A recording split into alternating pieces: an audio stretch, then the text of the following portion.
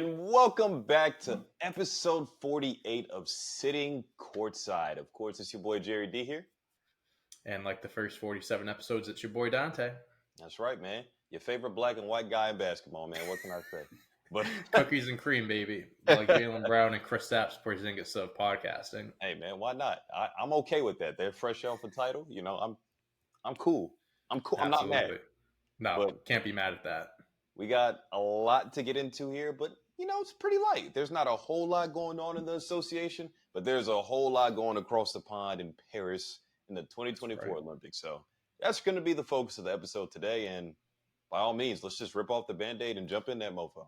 Let's do it. Let's talk some basketball. Let's talk some Team USA, Jerry. Yeah. So after going 5-0 in exhibition games, Team USA did start off their group play games against Serbia, who's really supposed to be one of the better teams in the Olympics and probably the biggest threat because of their three-time MVP Nikola Jokic, but we dismantled them. There was a lot going on. LeBron dropped 21, almost had a triple-double, flirted with the triple-double a little bit there. KD comes back and drops 23 points, but it was just in a blaze of glory. So just give me your thoughts just about what you saw from those two in particular and really how the team meshed as a whole in their first, I guess, serious game here. Yeah, man. I think so far these exhibition games has told us that LeBron James is still very much so one of the better players in the league, in the world. And game one showed that the league may still be run by two late 30s, early 40-year-old men. Kevin Durant and LeBron James are still at the top of their game. Kevin Durant, I mean, we talked about his fit on the team and his importance to the team multiple times on here.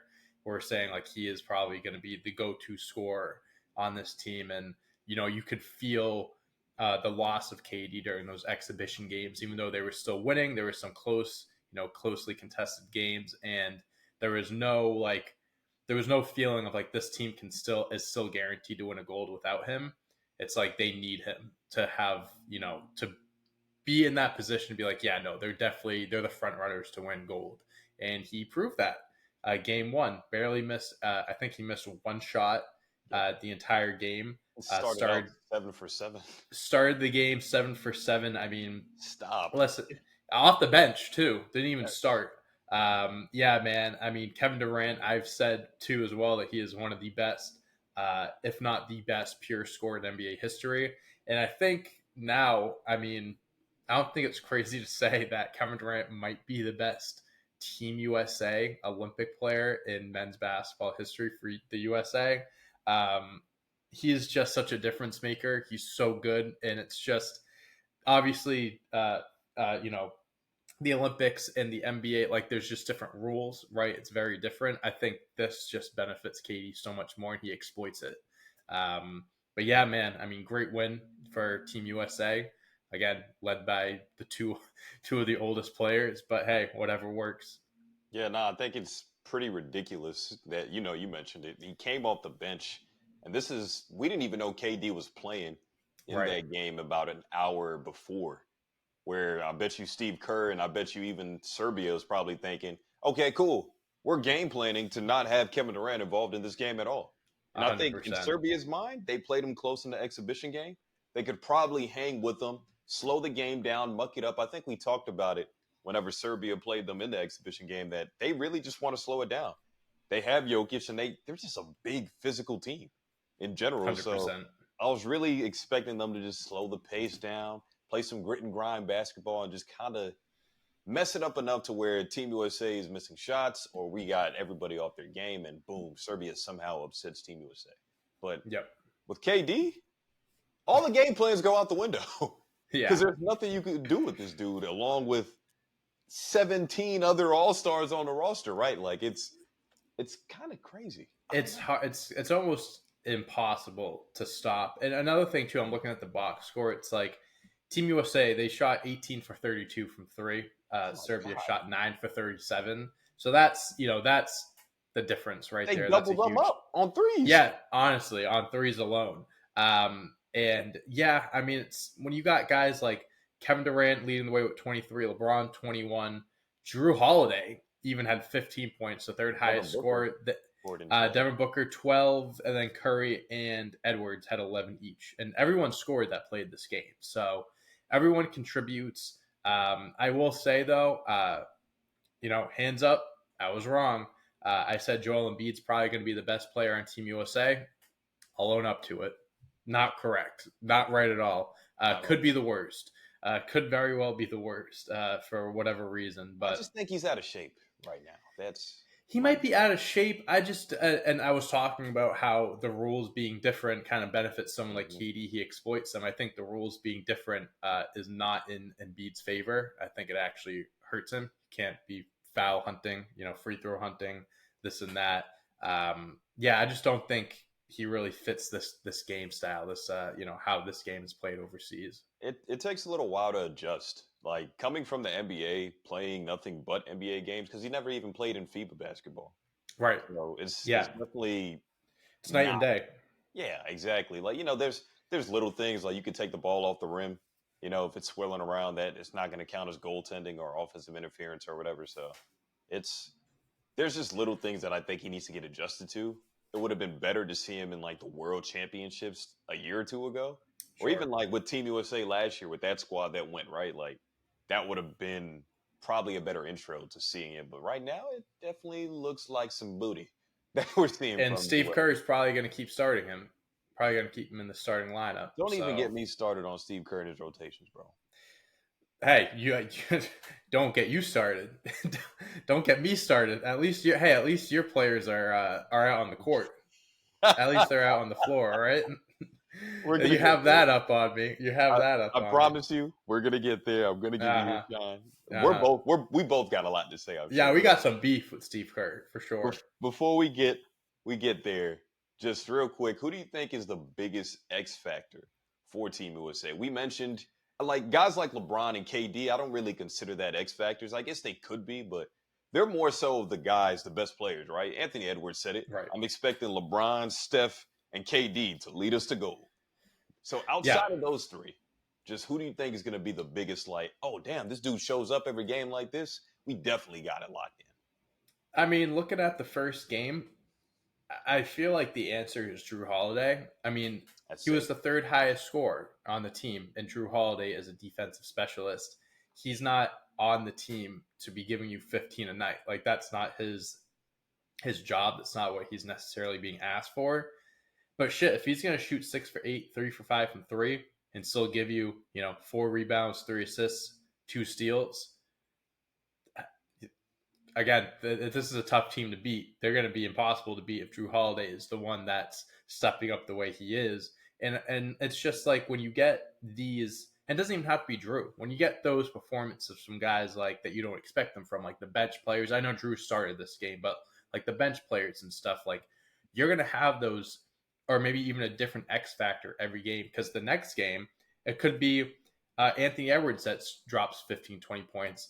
Derek White, I'm not saying like he played 16 minutes last game. He only had 2 shots, but if you give him upwards of 10 shots, he can give you double digits.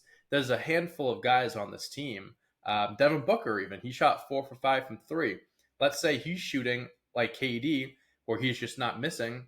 He could easily end up with 20. There's just a handful of guys that can catch fire and can be the reason or a huge part into why Team USA won that specific game. Here, I think Drew Holiday was the X factor, and I want to say that he's the X factor moving forward. But really, it can come down to just like who's hot that game, and Exactly. who's going to go off. And you have so many guys that can do it. Yeah, honestly, I'm gonna give it to D Book, man, for the sake of being Mm-hmm. different. I think watching that game, everything was just within the flow of the offense, which again is it's souped up, right? This is America's best talent that they have to offer. So we're seeing a lot of cluster of guys that are gonna be able to go one on one because hey, I can't leave Kevin Durant or I can't leave Anthony Edwards or Steph Curry or any of those guys. There So ain't no double teaming. I got to see D Book just really take clean, easy shots for the most part. He had one at the end of the shot clock that was just basically wide open. Like you could be butt naked out there and still have nobody near you for miles. So it's like pretty awesome that D Book could just spot up somewhere if he needs to. Of course, he can still Right. create his own, but I saw a lot of spot up opportunities, which in Phoenix, we didn't see that. We don't see that obviously because it's just him, KD, and Beal. But for the bulk of his career, it was just him. Except Right. when Chris Paul got there, yeah, sure. Like there's a little bit more space and that was created off of it. But watching Booker kind of operate for Steve Kerr would love this in that Klay Thompson role, to where he could just come off of pin downs and screens, right, and just splash away. Like everything seems, it's just seamless. Like I don't Right. know. I'm really feeling Devin Booker for like that guy that's gonna average anywhere from 12 to 17 points. Like he could blow up next game against South Sudan later today. It's Yeah, just 100%. Do you think because Kevin Durant being back now, can only assume now that he looks like he's healthy, he's going to be inserted back into the starting lineup. So do you see Booker getting taken out, Drew Holiday? Do you think that there'll be just a big change in the starting lineup in general with Embiid being there as well, or what do you think we'll see? I think Book is going to be the one that's going to be moved to the bench. I mean, Yeah, mainly because Drew Holiday is the point of attack defender that's going to stop. Like, there's big matchups. I think it also depends on, the matchup, who they're yeah, like playing. who they're playing. Because Serbia, again, big physical team. Like they would have definitely started KD in that game, but South Sudan, Carlick Jones is a monster. Their point guard, like Yeah, that dude's actually pretty damn good. So this is a game where Drew Holiday has to start. That's probably going to be his primary matchup.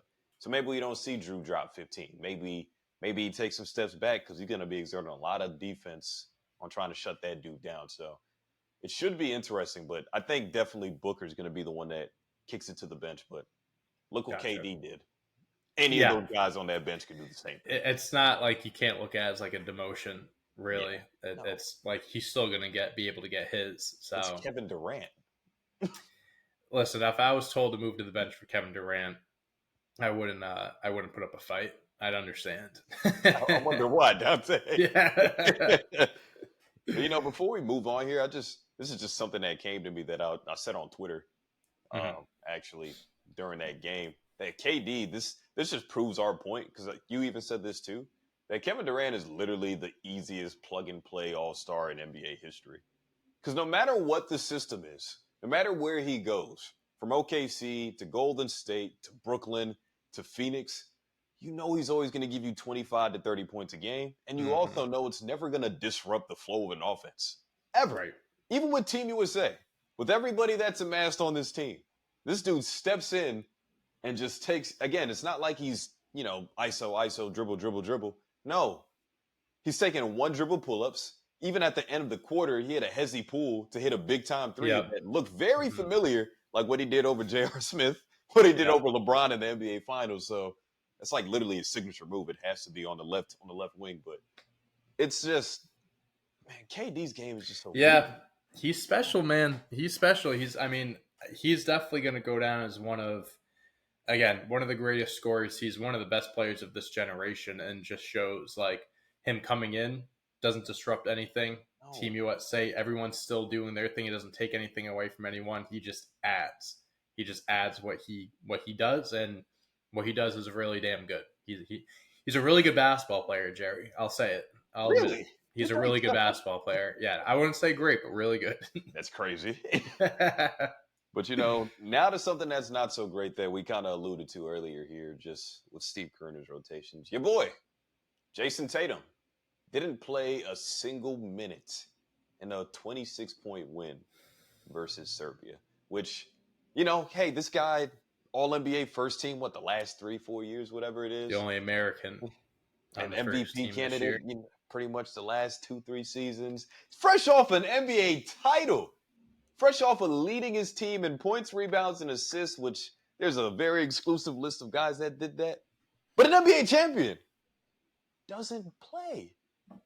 Just the floor is yours. You get to go first here. I definitely got a lot to say, but I'm sure we're in agreement here. But please, I talk to wish me.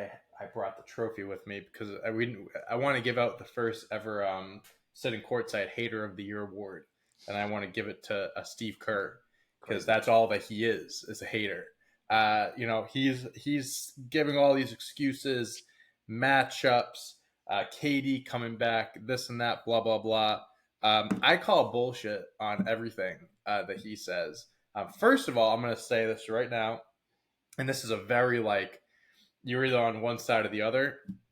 I've never been a fan of Steve Kerr as a head coach. I'm just going to say, I'm not saying he's a bad coach. I'm not saying he's an amazing coach.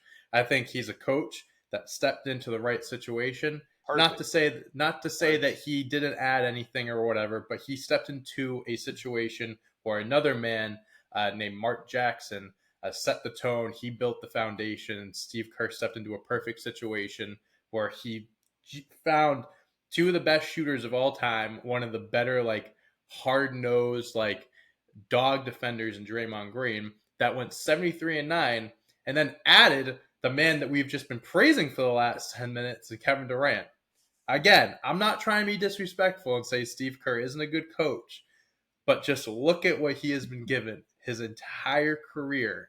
And I don't think he deserves, maybe this sounds harsh, but I don't think he deserves to be getting a lot of the praise that he does as being, you know, people consider him he is this that. No. I think that he is just a plug and play coach that stepped into a perfect situation, and now he's being exposed on Team USA. He has all this talent, right? And people like, but they still won by almost 30 points. Of course, they won by over almost 30 points. Look who he's coaching. You got LeBron and KD doing what they're doing. Right. Jayson Tatum not playing didn't affect the outcome of the game. Nothing like that. I get it. Let's look at the exhibition games where they almost lost to South Sudan, where they were losing to teams by single digits. He can't get his rotations right, Jerry. He's still starting Joel Embiid. This isn't even a Jayson Tatum problem at this point. This is just his matchups suck. He's not playing guys the amount of minutes that he should. Anthony Davis should be playing more. Anthony Davis should be starting. Joel Embiid should barely be playing 10 minutes a night. And for every reason that you just said, the fact that Jayson Tatum can't even sniff the basketball court, you were up by 26. You're telling me when they go up by 15, 20, Steve Kerr can't be like, all But the right, Tatum, differential you can matters. You just gotta go in win by right as now. much as possible. You gotta win the games Bro, large. Jayson Tatum not playing. And again, I'm a Celtics fan, so people can twist it. Somebody being like, you're biased or showing whatever. That you can, whatever. You fucking say that. I don't give a shit. Because it's true. When you have the only American to make the All NBA first team this past season, NBA champion, made the All NBA first team the last 3 seasons, All Star Game MVP, may I add, from last year, not playing a single minute. And also, one thing that I noticed is this not only has Tatum have all those accomplishments, he's paid his dues for Team USA. He's been on multiple rosters. He was on that roster years ago when no one else wanted to go. And they won gold. And now he can't even play. Bullshit. Steve Kerr's mad because we beat them by 60 this year. He's mad because the Celtics is taken away, is going to be the new dynasty in the NBA, and the Warriors are going to start sucking after this year. That's what he's pissed off about. He's just an old, ignorant motherfucker that he shouldn't be coaching Team USA. It should be anyone else. Yeah, he's gonna. He's gonna play this game. I'm assuming against South Sudan. But listen, Steve Kerr had an agenda. He knew he was doing. Tatum gets clowned on social media all the time, and he knew by not playing him, he would continue to get clowned, and that's what happened. We So did it. we did it. No, you did not. Yeah, because now people are like, Team USA doesn't. Team USA and the Boston Celtics have one thing in common. They don't need Jayson Tatum to win. Fuck you. Okay, I'm good, Jerry. Floor is yours. Hey man, I think for a bulk of this conversation, I started dancing and jigging this whole time because hey, I've been saying this for years.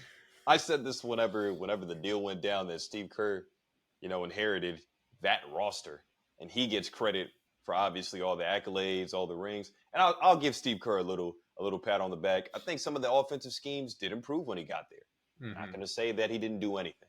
Not like you. I'm not going to say he's not a good coach. I'm not saying he added nothing, but Like it's not a lot.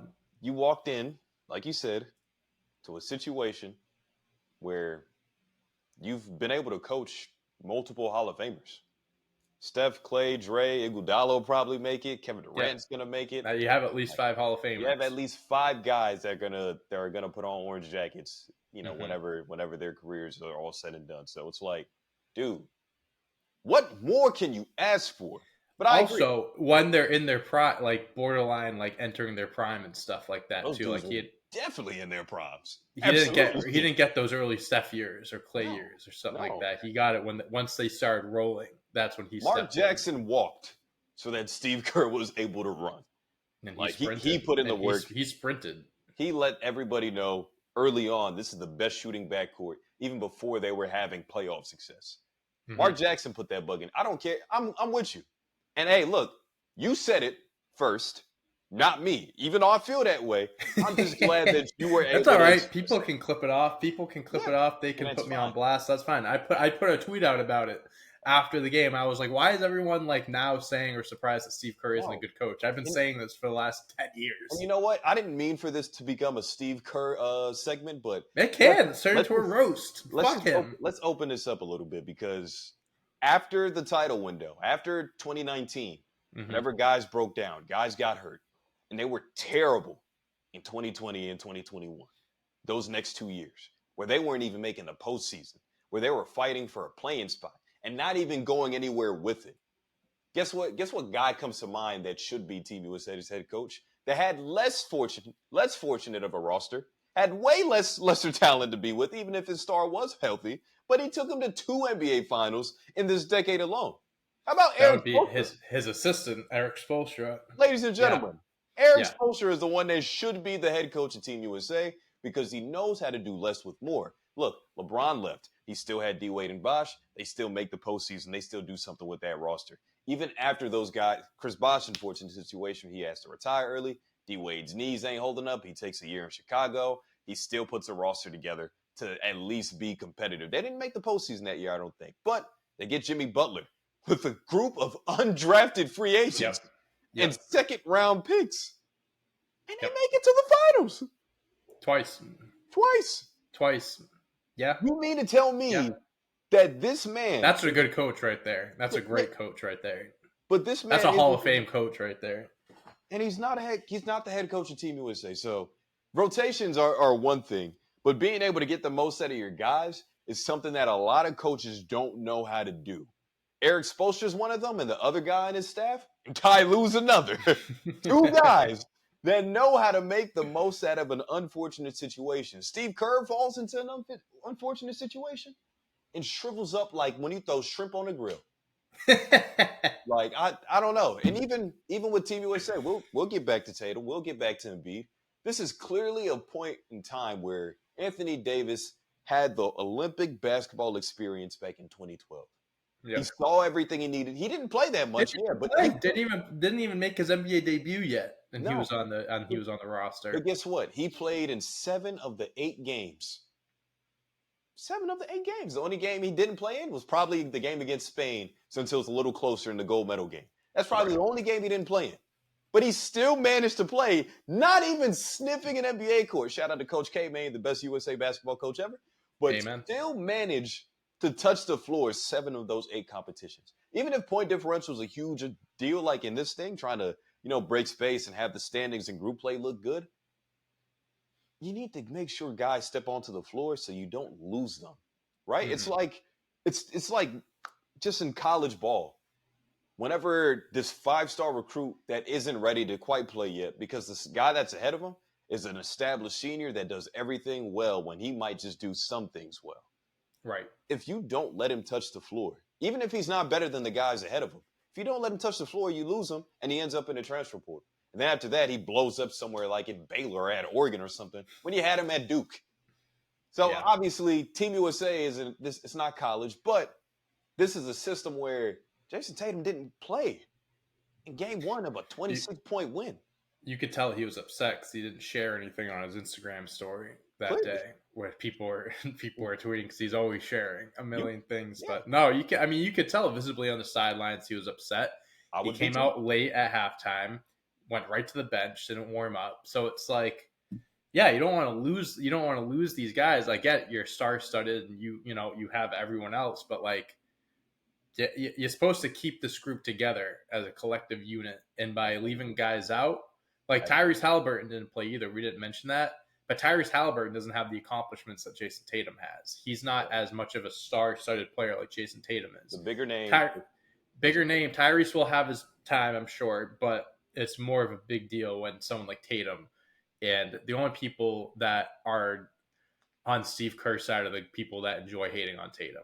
If you know basketball, if you actually like follow the game and know Tatum what plays. each player on this team can bring, Tatum's playing. you think it's ridiculous that Tatum's not playing. He should be playing. Tatum is like, hey man, this has been a top 10 player in the league possibly for the last like 2-3 years, right? Like, there's no way in hell that I played the other two Celtics and not the last one. Like, that's Derek White. Super happy he's on the team. I he had think a it's great really game. cool. He had a great game. Great game. 16 minutes though. You telling me you can't give Tatum like I don't know. I don't know, man. He's gotta figure it out.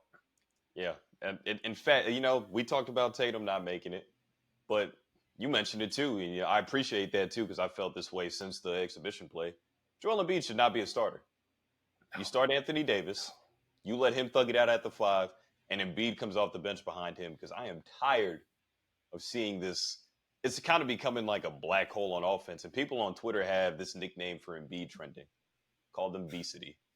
So I'm Listen, 4 points, 3 fouls, 2 turnovers in 11 minutes. Hall of Fame ass. Yeah, Congratulations. Yeah, no kidding. I was gonna say you better include something at the end of the Hall of Fame there because, yeah, Embiid just if it's not working, you make adjustments, and he just hasn't. That? Steve Kerr doesn't have that in his dictionary. Yeah, he doesn't know the definition of an adjustment. So I'm not really trying to fry. I didn't mean to fry Steve Kerr, but like I did. I definitely did. I'm just like, I'm sick of it, right? Like there's two better coaches in my opinion. Steve Kerr is only going to be a top 5 coach in the league today because of the hardware. Just wait until something happens in Golden State, whether Steph Curry leaves or something drastic happens. We're going to see that he can't coach. Steve Kerr shouldn't be when Steph Curry leaves the Warriors. He might retire. He might retire just to save his ass. To be honest with you, from being exposed. We'll have our Steve Kerr hate parade later. Yes, we'll save it for another day. Another day, yep. Today was just a preview. Yeah. You're welcome, fans. Yeah, thank you. For all the Steve Kerr haters out there, you're welcome. Sticking with the Olympic play here, just obviously we've been talking about Serbia pretty much mostly outside of teams that are Team USA. There's a bunch of other good teams. Like, Spain's actually pretty good. Brazil's not bad. Germany's good. Like, there's some pretty damn... Canada has 10 NBA players. It's like, there's a lot of good rosters out here. So there are a lot of good rosters. Who do you think is the biggest threat to Team USA from keeping them from getting gold? Yeah, I was looking at, some of the rosters, like the Australia, Spain, Germany, France, Greece. I think Australia has a really good roster. I think France, with Gobert and Wembanyama, obviously that's a really good roster. But honestly, I think it's inevitable that in the finals, or if it matches up this way, that Canada and the USA will probably go head to head. I think Canada is the biggest threat. I mean, Lou Dort, Shai Gilgeous-Alexander, Jamal Murray has had a rough start to the Olympics, I know, but you still have someone like him. Once he catches fire, he can get you going. RJ Barrett, Dylan Brooks, Andrew Nembhard, they have just a really good collective, and it's led by Shai Gilgeous-Alexander, which is one of the most what you're getting out of him every game. He's gonna deliver. He's gonna lead your team and stuff like that. I think they just have a really good collective of defensive players, guys that can get hot and score, go on crazy runs, and they have Kelly the Clinic Olynyk. Forgot to mention him, which is probably their biggest X factor for sure. Kelly the Clinic Olynyk. Celtics Game 7 legend against Washington, and I believe it was 2017. Also ripped Kevin Love's shoulder out of place. You did do that. I think that was the year prior though. So that accidents happen, or not. Accidents. We've moved on past that, but I do believe that there are a good amount of there are a lot of good rosters in the Olympics, but I do believe Canada has has the most amount of guys that will be able to match up against Team USA and potentially upset them. I'm not mad at that. I am mad at Kelly Olynyk for possibly costing the He, 2015 Cleveland Cavaliers a hey championship. man, if they had LeBron and K Love that series, who knows what could have happened? People talk about not having Kyrie, but Kevin Love was first year in Cleveland. He was still a dog. So I think if he has one end or both, Kyrie or K Love, LeBron is gonna be able to push the guys away. I'm not disagreeing with that. And it's a shame that Kelly Olynyk is the one that messed up the timeline. Fuck you, He, Kelly. he put a ripple in the. This is the Kelly Olynyk and Steve Kerr You're the roast. reason why the Warriors have at least one more championship. It's your fault. I Anyway, never really thought of it that way, but I guess oh you're no, right. it's definitely on him. I like. Hey, LeBron got 2 games by himself with Yeah, Matthew and he Dellavedova. almost won Finals MVP. Oh my god! All right, I'm getting Losing. off All right, topic. all right, We're all off right. topic. Okay, Back to 2024. Back to back to 20. 2024. Let's jump forward 9 years ahead. Don't mention. We won't mention KO again. Fucking Kelly. The Anyway, man with the KO initials. for me, like Canada, I think is the probably the favorite outside. They probably have the second best odds. I didn't look at what Vegas I was can talking look it up right now for us. Please, please. But for me, it's going to be Germany. I think Yeah. what we saw from them last year in the World, not the World Cup, but the FIBA game. I don't even know what it's called. FIBA Either World way, Cup, I think it is the FIBA World right? Cup. I think Okay, it's FIBA maybe I'm World not Cup. tripping. What we saw from that team last year is exactly what they brought back this year, and they look just as dominant. And it's crazy because guys always step up for their country, man. Like Dennis Schroeder is an all-star caliber player He is. when He's he comes down to unbelievable. playing for Germany. He really is. He's There's unbelievable. And then they have the Wagner Bros, right? Because Franz is still a developing young NBA star in the making, and his brother is a pretty solid role player in the league. But again, playing for your country brings out the best in you. But their secret weapon, probably the best shooter in the Olympics, low key, like this, maybe outside of Steph, I guess. But this dude is really crazy. Andreas Obst, because I didn't know about him until like 2 years ago. Right. And I was randomly watching some EuroLeague game, and I seen him just lighting it up. I'm like, damn, this dude's pretty good. Then I got to see him again last year when he basically blow towards Team USA single-handedly, dropping like 5 threes, and he had finished with 25 or something like that. And that's what kind of led his team to gold. That dude is crazy. Then they have NBA guys as well, right? Because Isaac Bonga is a guy that didn't pan out in the league. But again, playing for your country really brings it out. Daniel Theis, role player in the league. Not a bad player in Germany, though. Like, they have a lot of these guys, and I feel like, not to interrupt you, but I feel like a lot of these guys that play for their home countries, like it means more to them compared to like winning an NBA championship. Not to say that like when they're playing in the NBA, it's like they're not trying or they don't care, but it's like there's something with that pride of bringing a gold medal or medal back to your country that like me is just, it's more important. It's more of importance to their country to them. Absolutely. I mean, that's what we're seeing at every single last role player that's in the NBA. When they step across those seas to go play for their homeland, bro, it's different. And I think Germany just has that right stuff. I think Canada, outside of Team USA, is probably the most talented team because even if 10 of those guys are playing right now, all 12 of them at least played in the NBA at some point. The other 100%. like Keem Birch and somebody else. I forget the other name, but they're definitely the most talented roster and loaded in terms of NBA talent. But I have the odds pulled up here. USA, obviously, heavy favorites, minus 550. Next up is Canada, plus 900. And then France and Germany are both tied with plus 1,500. And then fifth is Serbia, plus 2,500. Then it's kind of a dip. So I'm not feeling like, I understand why France is as high as they are because they have NBA talent and Wemby. But there was a lot of they barely won yesterday. Yeah, against Japan, like. And it was a very, like, kind of a screwy finish sent to overtime. 4-point play to send it to overtime, Yeah, so. And they're lucky Rui was, taking out unsportsmanlike conduct for unsportsmanlike play, which was, if it was the NBA, it wouldn't have even been anything. But and that costed them because Japan probably could have upset France and took that game. So he had a really good game up to that point too. Yeah, he was having a really good game. Yeah, he had plus 20 plus points. So I'm not really too sold on France. I think even though they have Evan Fournier, Rudy, and Batum as like their three, veterans on those teams, they're still relatively young because Wemby's 20, 21, whatever he is. So And the rest of the guys are pretty young too, outside of those first three I mentioned. So I'm not feeling France. I Yeah. really feel like they're just gonna maybe they could play in the bronze game, but I don't know. I don't know. Like Yeah. Yannis lost to Japan. I feel like USA, front and center, obviously they're the front runners to win it. And I feel like all these other teams, like there could be upsets. I mean, Greece is plus 12,000 right Yeah, now. They because it's have just their Giannis. It's It's just just Giannis. That's Giannis, it. right?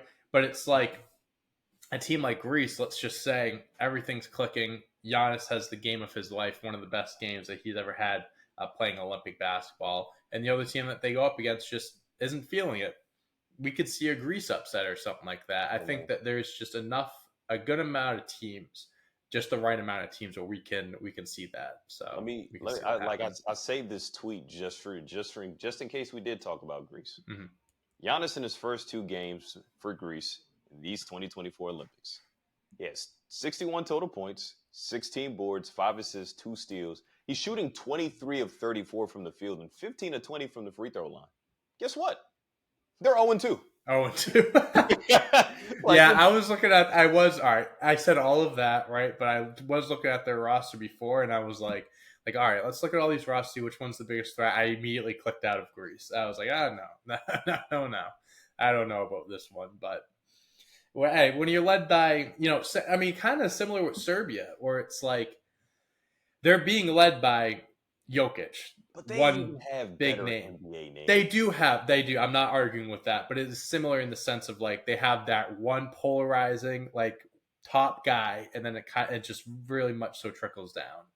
I mean, yes and no. I partially agree, just because yes, Jokic and Giannis are the totem pole at the top of the totem pole for their team, but Giannis doesn't have a Bojan Bogdanovic, not even a Vasai Micic, who honestly nobody knows who that is unless you're. I was gonna say who? Yeah, unless you're a Hornets fan, you do not know. Snoop Dogg who? Vasai Micic was a late addition to the Charlotte Hornets, and I got to see him play in person a few times. So he was the one that ran into KD kind of aggressively for no damn reason. I don't know why. I'll give you $10 if you can go on the Greece roster right now and pronounce everyone's names correctly. Thanasis Antetokounmpo. That's it. Yeah, there's I mean, I look at this roster and I don't recognize anyone. Or Papa Giannis. Oh, Papa Giannis is Papa Giannis. Yeah, I know him. Everyone else though. Question mark. Everyone else though. There's actually someone with a longer name than Antetokounmpo. Vasilis Charlamopoulos. This should have been Slovenia. Like I would. Slovenia should have made it, bro. But okay. Oh man, he smacked it so hard, cut the lights. Yeah, my lights went out. I smacked it so hard. I was gonna say I have my windows I have the shades like tinted, but it got dark because it's raining right now, so I can see the difference. But so you have Canada, I have Germany. I think both teams are phenomenal either way. That 100%. Will probably the gold medal game is going to feature one of those two, including Team USA. So it has to, right? I think so. It has to. I think so. But moving on to our last topic here, that is kind of funny in the grand scheme of things. I know I said at the top of the episode we didn't have a whole lot of NBA stuff to talk about, but there is a little one because 18 head coaches, executives, and scouts came together to put out a poll for who had the best offseason and who had the worst. So, reading from the top for the best, we'll start with them. Yep. Okay. Philadelphia had 8 votes. The Knicks had 5. OKC with 3. And your Boston Celtics with 2. Just quick thoughts there on what you see from that. I mean, I think it's justified. I mean, the Sixers obviously probably made, one of the biggest splashes this offseason, getting Paul George, re-signing Maxey, getting a few Andre Drummond, Eric Gordon. I was going to say getting a few other like smaller name guys, some smaller pieces to put together. I definitely do agree and see why they would be listed at the top. The Knicks getting Mikal Bridges, putting together the Villanova boys obviously is definitely, they're better than they were last year. They still have a few things they have to work out as far as like what they're going to do with Julius Randle. Are they going to give him a shot at the center position? Are they going to take one of the guys off the bench and then start Mitchell Robinson at center? Are they going to trade Randall? There's a few things they got to figure out. Thunder, I personally think, honestly, the Thunder and the Celtics, right? The Celtics obviously didn't sign anyone new. They re-signed everyone. Everyone's back for the next, at least for the next year. And the Thunder, same roster, but they brought in Caruso and Hartenstein. They only got rid of Giddey to get Caruso. I think those two teams are the teams that should be, more towards the top, because it's like you had the two number one seeds last year that just got better. And I know the Celtics didn't sign anyone, so it's like they didn't necessarily get better as far as like, getting a bigger name or adding a piece, but like you're a championship team. You have guys that are just going to get better. Like Tatum and Brown are just entering their primes. Kristaps is going to be healthy. Drew and Derek. I mean, Derek White's also in his prime, you can say. Drew Holiday obviously is older, but he's ages like fine wine. I think, and now that they got that monkey off their back, where it's like they don't have that pressure of having to win a championship anymore. Like they finally got over the hump. I feel like that does something to a team in your confidence. I think that goes without being said. So I think a team like the Celtics, I mean, I understand Sixers, Knicks, technically speaking, put together, had a really good offseason getting guys, but I think the Celtics should be, in that consideration of having the best offseason. Then the Thunder, again, the main issue they had was Giddey was unplayable in the playoffs on the defensive end, and they needed another big guy to be in the middle. Yep. They got both, and they replaced Giddey with Caruso, an all defensive player, and they got a big body and Hartenstein. The two best teams in the league last year got better. But yeah, I think these four teams, I mean, at the top of my head, I probably can't think of another team I'd throw in there to take any of these out. But I think that's a solid four right there. Yeah, no, like I like it. I can see why you would say Boston and OKC should probably be higher. I think Boston being on the list in general just goes to show, like, hey, re-signing your guys is a huge part of trying to keep your dynasty together, which is what we saw from the last dynasty in Golden State with Steve Kerr, sorry ass, right? So there's a lot that I had to slide that in there. Yeah, he can't stop catching strays. No. He's not safe. There's a lot that obviously Philly did right, especially in trying to capitalize off of Joel Embiid. Probably going to win the MVP again if he stays healthy, right? Right. Tyrese Maxey stepping into this bigger role where he just busted onto the scene, averaging 25 plus, going to be their point guard of the future. And they add the wing piece. So a guard, wing, center. That's probably the best assembly for a big three, I think, if you ask me. If you're still going to try to shoot for big threes, they shouldn't play similar styles or play similar positions, in my opinion. Yeah, they're really great. It works, sure. But this is the easiest way to assemble it if you're trying to be new to this big three lifestyle. So that's huge. I definitely get why they're at the top as well. But OKC is probably the one that I'd move ahead of the Knicks because we're going to I think I would too. Mm-hmm. Just mostly you bring in the body, like you mentioned in Hartenstein. That's going to be huge, especially for Chet not really to have to play the center full time. I would still like him to get some reps whenever Hartenstein heads to the bench or something if you want to play smaller. I do want to see that, but Caruso is also a huge piece, right? Like 100%. Like you said, Josh Giddey was unplayable. Caruso made the all-defensive second team, I believe, and the first team maybe the year before. Could have made the first team last year if they didn't change up the voting process of it. Yeah, so back-to-back years he's been on the defensive team. So, and he could shoot the three at a 35% clip. So yeah, you you got another championship caliber piece. If you're trying to be taken more seriously, maybe people go into next season looking at the Thunder to actually be the guys to dominate the West again, but actually have more progress and not lose to the Dallas Mavericks in the second round. So another team too, a team that they didn't really gain anything, and it's kind of like, this is a weird example, but honestly, I think the Brooklyn Nets trading away Bridges, getting just a haul of first round draft picks and jump starting their rebuild. The Cooper Flag train starts now. The Cooper Flag, there's going to be a few teams that are going to be tanking early next year for him, and the Nets getting their picks, getting a bunch of picks back that they got rid of for Harden and KD, or for Harden, excuse me. I think that the Nets set themselves up nice for the next few years as You know far they're as not done. tanking and collecting guys, and they're not done. So Cam Johnson uh, is probably going to be moved. Dorian Finney-Smith is probably going to be moved. So they're probably going to add on a handful more first round picks. So yeah. I want to give them credit there. They knew when to jump off the Bridges train. Great player, but at the end of the day, there was nothing that was really, they couldn't bring any guys in to kind of match up with him. So like, at this point, you might as well just trade him and get your full value for him. Absolutely. Moving on to the worst here. This one kind of surprised me a little bit, just because there's a collective of teams in here. But we understand it though, it's kind of right. crazy. But we have the Denver Nuggets leading the way with 6 votes. Chicago Bulls, which we totally understand, with 5. The Clippers at 4. My Lakers, the Knicks, and the Pistons all have 1 apiece. So I think the Knicks getting 1 vote for worst and 5 for best, huh? Yeah, that's interesting. It makes sense though, because I mean they did gut out their draft assets, and I get it. They have a bunch for Mikal Bridges, and they paid OG Anunoby basically a max deal, and they went all in. And I get it. They went all in. It's better to play safe rather than to reach out for the stars for a star that might not be there.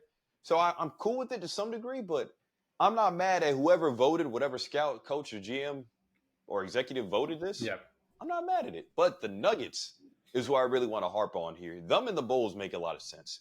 Because the Nuggets in back-to-back seasons now have lost out on role players that actually meant something to their organization. Because Bruce Brown and Jeff Green leaving after the title was huge. And they didn't replace them. They let them walk. They obviously got lost in the, not Western Conference Finals, but in the second round of the playoffs. And then this offseason, KCP is actually a starter for you and one of your better role players on the team. You let him walk to Orlando for $60 million. And you also lose Reggie Jackson, who might not be a huge key piece to some people, but having another veteran in the locker room that knows how to play was huge. And he's been there for a few years, too. Yeah, it kind of hurts. And then for the Bulls, before I give you the floor here, they traded DeMar DeRozan. Don't get any first-round picks. They trade Alex Caruso. Don't get any first-round picks. So that leads me to believe you're going to trade Zach LaVine soon and probably not get any first-round picks. I can't imagine they're going to get a haul back for LaVine. Yeah. Tough. Yeah, I get it. I get the Nuggets. I mean, we've talked about this last week. They lost 2 key role players. They bring in Westbrook, who I don't believe evens out the loss of those 2 guys. Could surprise us all. This could be a match made in heaven. And, Russ Westbrook could go crazy on the second unit. Who knows how that could turn out. But there's no KCP. And I think no, he's not, especially at this point in his career. I think the Nuggets are they have to bank on guys taking steps up, like just taking big steps. Christian Braun is a guy that, they drafted 2 years ago, and it's looking like he's going to be getting a lot more minutes. I know Michael Porter Jr. is kind of like, we know what he gives, but he's a guy that might, scoring wise, might need to step up defensively as well. And then they have a collective of young guys, Peyton Watson. They just got Dario Saric, drafted a few guys. So it's like, they're really just banking on the guys that they already have there, just taking these leaps and steps forward, which isn't a guarantee. I don't think that's always the smartest way of going about it. Definitely think that they should have gone after someone in free agency or, tried to keep guys like Caldwell Pope. I know $60 million is a lot of money, but when you're a championship team, I think it's better off you give someone like that the money than losing them and, taking a step back. The Bulls, I don't got to talk about the Bulls. They're a sorry-ass organization. They're going to get rid of LaVine and Vucevic at some point for nothing, probably. Picks, or at least a young player. That makes sense. Right. They're a mess right now. They got Josh Giddey, who is probably going to put up empty stats next year, but yeah, that 100%. I get that. At least they drafted Montas. I like Montas. He did. He was a good pick for them, right? The Clippers got nothing for PG. They got nothing. They got absolutely nothing for PG. Now all they're stuck with is an old Harden and a Kawhi Leonard that can't play in the playoffs anymore, apparently. So that's just, they're left with nothing. I mean, not left with nothing, but they really could they could either be a decent team this year or they could really not be good at all. So I'm they're looking it's at the Clippers like their championship window is slammed shut.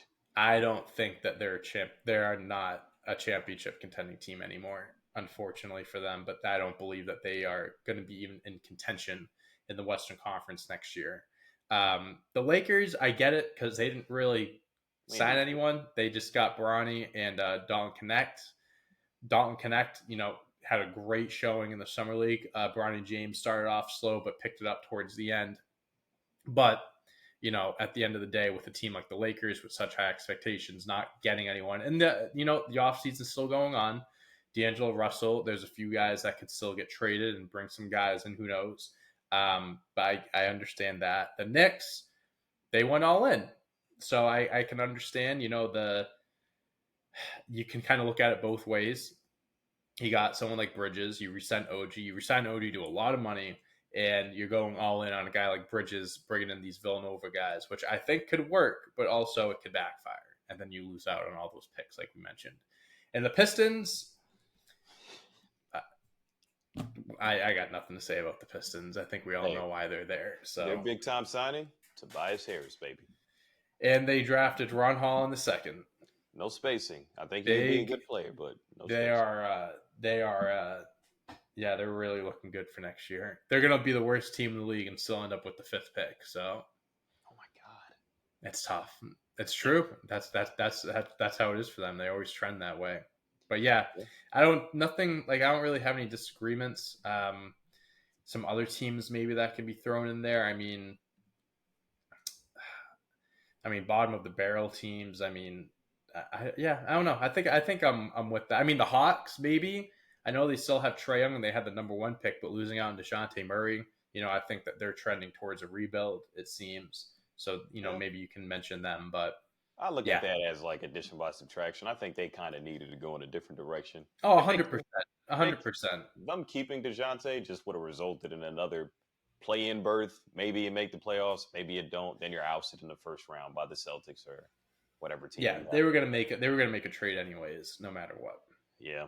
No, like I'm right there with you. I think honestly, talking about DeJounte, we probably could have put them in the best category because getting another dynamic guard for the Pelicans makes a lot of sense with Big time. Zion, with CJ. Maybe they trade Brandon Ingram still. That's still on the table. They can get something else too. So the Pelicans might move into this, but sticking with the worst here now, I think these six teams kind of make a lot of sense here. I mean, when you don't do anything in free agency like the Lakers, like the Clippers, that's why you're on the list. The Clippers obviously have more votes because of who they lost, and Right. not replacing a star left shaped void hurts. But the Lakers only have one vote because D'Angelo Russell is probably still on the roster. That's the only reason why I think Yeah. they received a vote in the first place. So, like the offseason is for the most part, it's all about trying to improve your roster. And teams like Denver didn't do that, which No. they're the ones on this list that we look at as still being a team that could compete to be the best in the West, possibly be a top 3 seed, go deep in the playoffs. And you keep losing out on these role players, man. It's alarming. It is. Very Yeah, alarming. especially a team like Denver that the expectation every year is that they're going to be the best team in the West and with Jokic winning a championship, but they hurt their odds by losing guys like that and not bringing anyone else in except for Westbrook. Yeah. Yeah. But Yeah. that's all we got today, man. A lot of That Olympic is. talk, a little bit of NBA talk. Any parting shots from you? Any parting shots? Steve Kerr, I'm watching you. Yeah, I'm watching you. I'm watching every game. I'm looking at you. I'm grilling you, even though you don't know it. no, I'll you know. find you. I'll hunt you. Oh my God. Play Tatum. But, Play Tatum.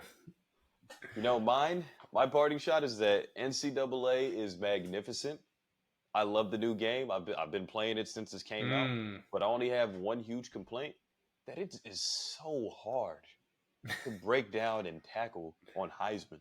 Oh, Like oh, Heisman's the worst game mode. Anything. Forget the about game, it. the game Forget moves about so it. fast. When you try to break down, you're either getting broke, your ankle's getting broke, or you're probably getting broke off for a 90-yard touchdown because you're gonna get stiff armed if you don't tap X fast enough to bring him down. So Yep. I think the game's awesome. It's dope. But damn, playing on Heisman, it just has me feeling like I never played a football game, no Madden, no NCAA as at all. It's It's refreshing though. Honestly, I feel like it's so much better than a Madden or anything like that. So it's been fun playing it And so also, far. shout out to our women, man, who destroyed Japan. Diana Taurasi has this iconic picture going on that I don't know if you saw. I I think I know what you're talking about. Yeah, the one fan that said like you need Kate and Clark to beat us, and they just started laughing at him. Yeah, Yeah, no, they don't. yeah, no. Caitlin Clark's great, but Did you know that the women haven't lost a game since 1992? no, So I did not know that. yeah, That's crazy. That's actually an insane. That's an insane stat. I think we're gonna be good. I think, yeah, I think they've made it this far without Caitlin Clark. They'll be fine for sure. See, hey, We'll see Caitlin Clark in the next Olympics. 2028. Hey, I'm hyped. Angel Reese, Caitlin Oh Clark. yeah, Man. It's a yeah. show. We're gonna have some fresh new faces in 4 years, but Paige Beckers, maybe Juju Watkins. Yeah, yeah, I'm down. Sign me up. Sign me up. Right. I'm already thinking about gold in 2028. Look at Ace in LA. That's true. That is true. I'll see you then, Jerry. Hell yeah. I'll see you then. See you in 4 years. I'll buy the tickets. Great. All right. I think that's all we got today. Indeed. Thank you guys so much for tuning in. As always, episode 48 of Sitting Courtside. We're getting closer and closer to our 1 year Sitting Courtside, episode 52, coming in a few weeks. But until then, if you are on YouTube, please make sure to like and subscribe. Put in the comments, whatever you want to talk about from what we mentioned today. Anything you want to agree with us, disagree with us on, put it in there. If you're an audio only listener, make sure to give us a 5-star review, all that good stuff. Check out our shorts content here on YouTube for Gamified. All sorts of gamified content, games, quizzes, all that good stuff. Follow us on Twitter, TikTok, Instagram. And until episode 49, peace out.